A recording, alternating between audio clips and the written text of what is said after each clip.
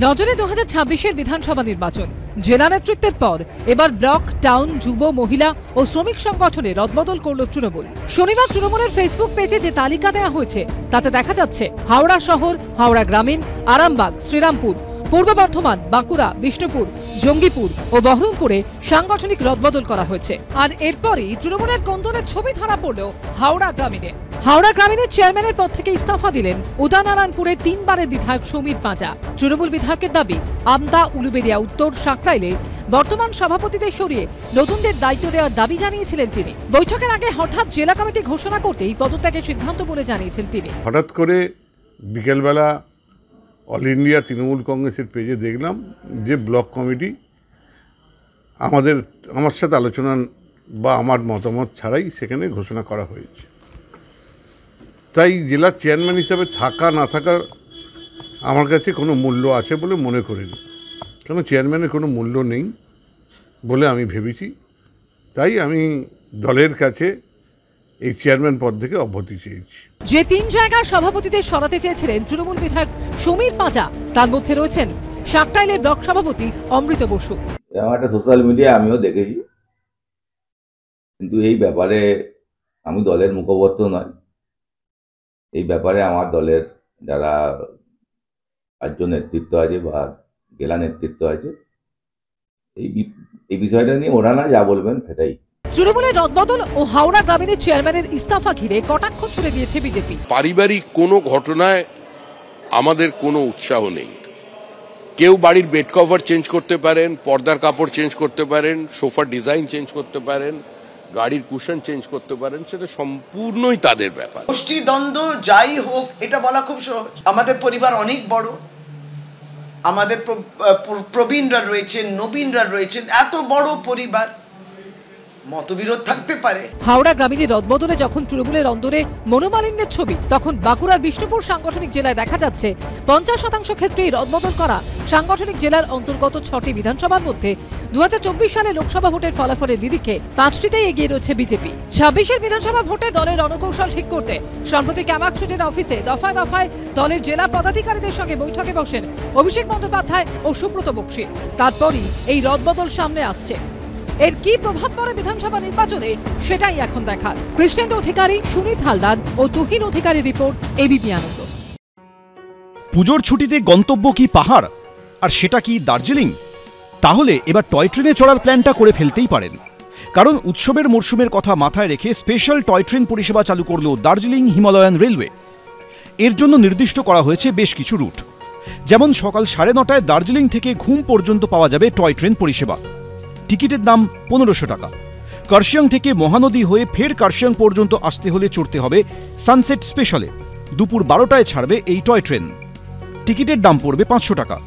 আর এই একই রুটে সানরাইজ স্পেশাল চালু করেছে দার্জিলিং হিমালয়ান রেলওয়ে। একই ভাড়ায় সানসেট স্পেশাল ছাড়বে সকাল 7:15 এদিন কার্শিয়াং থেকে মহানদী রুটে নতুন টয় ট্রেনের সূচনা করেন ARDM কাটিহার। ये राइड हम लोग जो शुरू कर रहे हैं वो है कर्सियोंग महानदी कर्सियोंग जॉय राइड। ये कर्सियोंग क्षेत्र के टूरिज़्म को बढ़ावा देने के लिए DHR की तरफ से एक नया कदम है। इसके अलावा जैसा कि आपको पता है कि दार्जिलिंग से घूम के बीच में हमारी जॉय राइड चलती है। वो स्टीम की जॉय राइड काफ़ी महंगी होती है, यानी 1500 पर टिकट होता है उसका एक आदमी के लिए। इस जॉय राइड का दाम सिर्फ 500 रुपये होगा हर प्रति व्यक्ति के लिए, ताकि लोकल्स भी जो हैं सस्ते रेट में इसका मज़ा उठा पाएंगे। ये अभी फ़िलहाल के लिए सिर्फ सैटरडे और संडे को चलेगी। यहाँ से हम लोग एक स्टीम इंजन के तहत कार्शियांग से महानदी सनसेट के टाइम पे सैटरडे को और सनराइज़ के टाइम पे संडे को हम लोग एक स्पेशल ट्रेन का ट्रायल कर रहे हैं। ये 2 नवंबर तक चलेगा। अगर ये आयोजन सफल रहा तो इसको एक्सटेंड भी किया जाएगा। এছাড়াও শিলিগুড়ি থেকে রংটংয়ের মধ্যে শুরু হচ্ছে স্পেশাল সার্ভিস। প্রত্যেক শুক্র, শনি ও রবিবার করে পাওয়া যাবে এই বিশেষ পরিষেবা। রাউন্ড ট্রিপের জন্য পড়বে 750 টাকা, আর একদিকে যেতে হলে ভাড়া 500 টাকা। আমরা এসেছি কলকাতা থেকে। অ্যাকচুয়ালি আমার হাজব্যান্ডের একটা ট্রাভেল চ্যানেল আছে, সেই ট্রাভেল চ্যানেল পারপাসেই কিন্তু আমার এখানে আসা।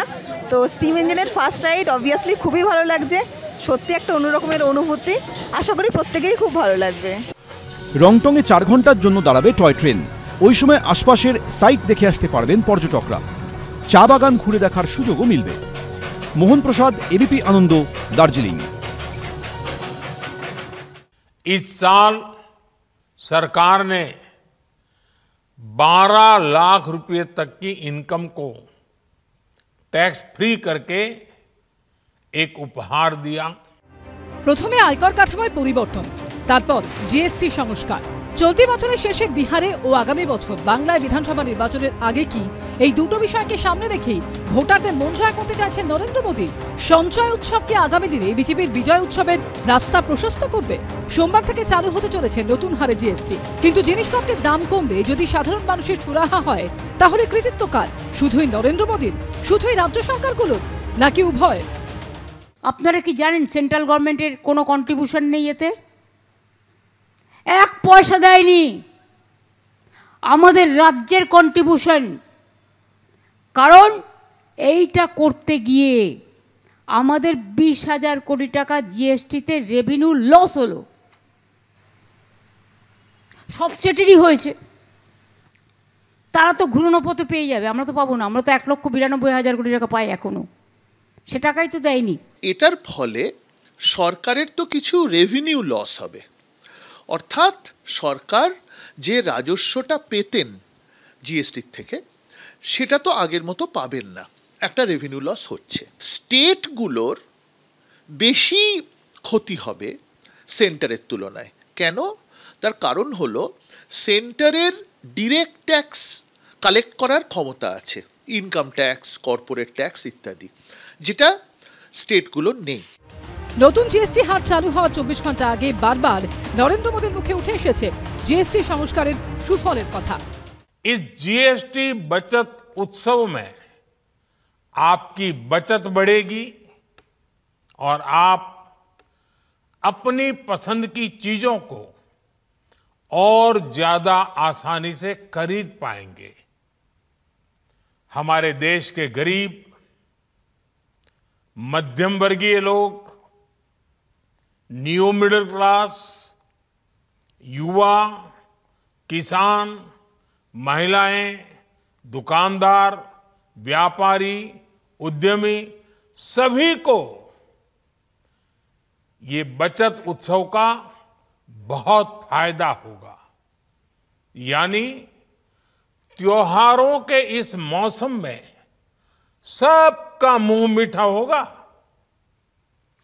देश के हर परिवार की खुशियां बढ़ेगी। নরেন্দ্র মোদী যখন কৃতিত্ব নিতে চাইছেন, তখন পাল্টা এতদিন ধরে চড়া হারে জিএসটি নিয়ে মোদী সরকারই সাধারণ মানুষকে লুট করেছে বলে অভিযোগ করছে কংগ্রেস। মহারাষ্ট্রের কংগ্রেস সভাপতির বক্তব্য, 2017 সালে প্রধানমন্ত্রী নিজেই চড়া হারে জিএসটি চালু করেছিলেন। এই ভয়ঙ্কর হারে জিএসটি শিল্প, ব্যবসা ও সাধারণ মানুষের বোঝা হয়ে দাঁড়িয়েছিল। সাধারণ মানুষ ও ছোট ব্যবসায়ীরা যখন চরম ক্ষতির মুখে পড়েছেন, তখন বিগত বছরগুলিতে জিএসটি বাবদ আয় 22 লক্ষ কোটি টাকায় পৌঁছেছে। মহারাষ্ট্রের কংগ্রেস সভাপতির দাবি, নরেন্দ্র মোদী যদি আজ জিএসটির হার কমার কৃতিত্ব নেন, তাহলে গত 8 বছর ধরে যে লুট চলেছে তার দায়ও তাকেই নিতে হবে। মধ্যবর্গের কাছে দুটোই, ইনকাম ট্যাক্স রিলিফের একটা টাকা কম, মানে ইনকাম ট্যাক্স না দিয়ে হাতে একটা টাকা বচত হবে। আর দ্বিতীয়ত হচ্ছে এই যে জিনিসগুলো নিত্য প্রয়োজনীয় দ্রব্য কেনে সেগুলোতে কম দিতে হবে, তাতে হাতে কিছু টাকা থাকবে। আলটিমেট এফেক্টটা তো আরেকটা রিফর্মে হয়তো করবে, সে টোটালি হয়তো একটা রেটে নিয়ে আসবে জিএসটি, 4টে।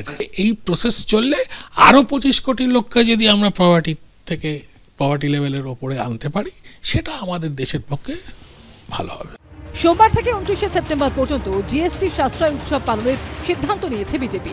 এই সময়ের মধ্যে প্রত্যেক বিজেপি সাংসদকে নিজেদের নির্বাচনী ক্ষেত্রে বাজার এলাকায় পদযাত্রা করার নির্দেশ দেওয়া হয়েছে।